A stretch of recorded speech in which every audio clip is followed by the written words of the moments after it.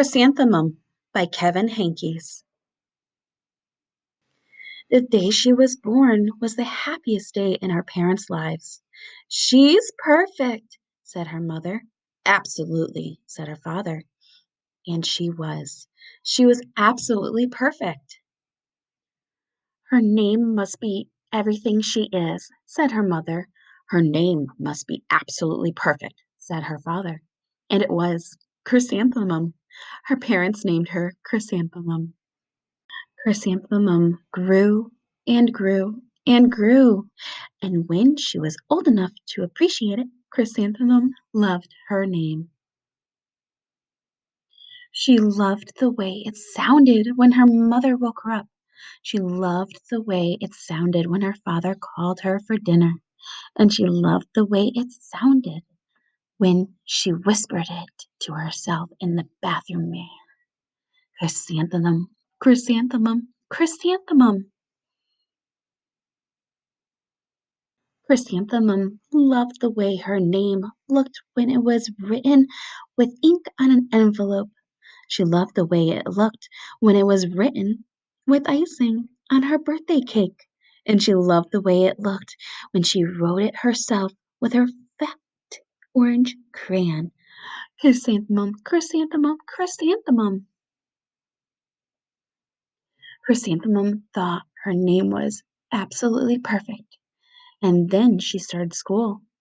On the first day, Chrysanthemum wore her sunniest dress and her brightest smile.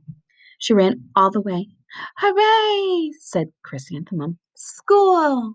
But when Mrs. Chud took a roll call, everyone giggled upon hearing Chrysanthemum's name. "It's too long," said Joe. "It scarcely fits on your name tag," said Rita, pointing. "I'm named after my grandmother," said Victoria. "You're named after a flower." Chrysanthemum wilted. She did not think her name was absolutely perfect. She thought it was absolutely dreadful.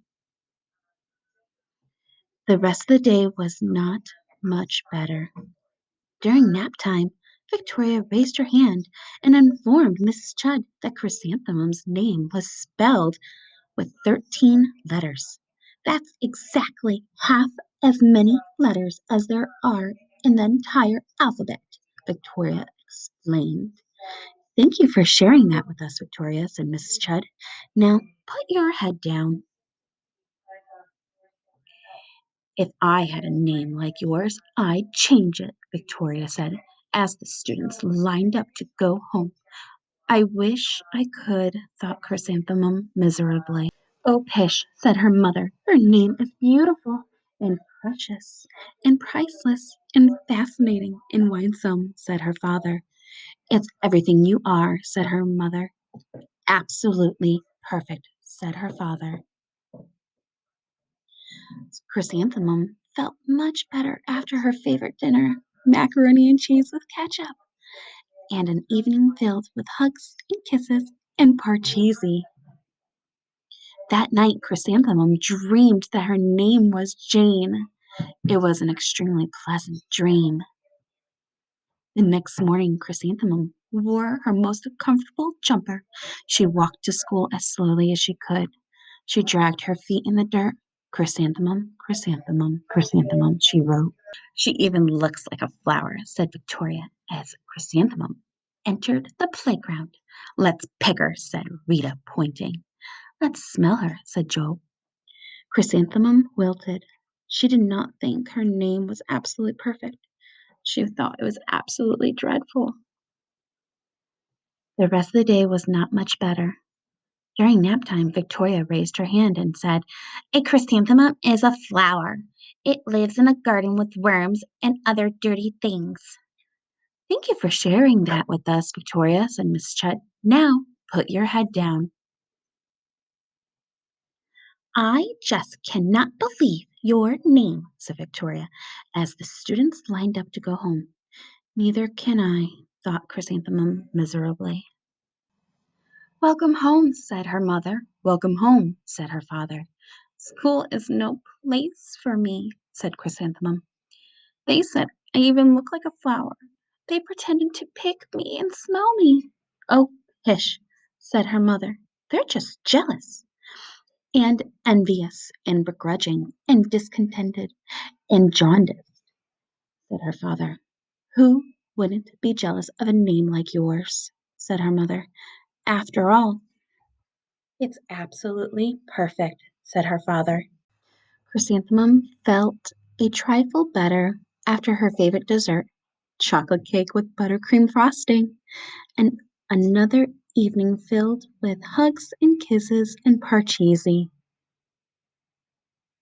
That night, Chrysanthemum dreamed that she really was a chrysanthemum. She sprouted leaves and petals. Victoria picked her and plucked the leaves and petals one by one until there was nothing but a scrawny stem. It was the worst nightmare of Chrysanthemum's life. Chrysanthemum wore her outfit with 7 pockets. The next morning, she loaded the pockets with her most prized possessions and her good luck charms. Chrysanthemum took the longest route possible to school. She stopped and stared at each and every flower. Chrysanthemum, chrysanthemum, chrysanthemum. The flowers seemed to say. That morning, the students were introduced to Mrs. Twinkle, the music teacher. Her voice was something out of a dream, as was everything else about her. The students were speechless. They thought Mrs. Twinkle was an indescribable wonder. They went out of their way to make a nice impression. Mrs. Twinkle led the students in scales. Then she assigned roles for the class musicale. Victoria was chosen as the dainty fairy queen. Rita was chosen as the spiffy butterfly princess. Jo was chosen as all the important pixie messenger. And Chrysanthemum was chosen as a daisy. Chrysanthemum's a daisy, chrysanthemum's a daisy. Jo, Rita, and Victoria chanted, thinking it was wildly funny. Chrysanthemum wilted. She did not think her name was absolutely perfect. She thought it was absolutely dreadful. "What's so humorous?" asked Mrs. Twinkle. "Chrysanthemum," was the answer. "Her name is so long," said Jo.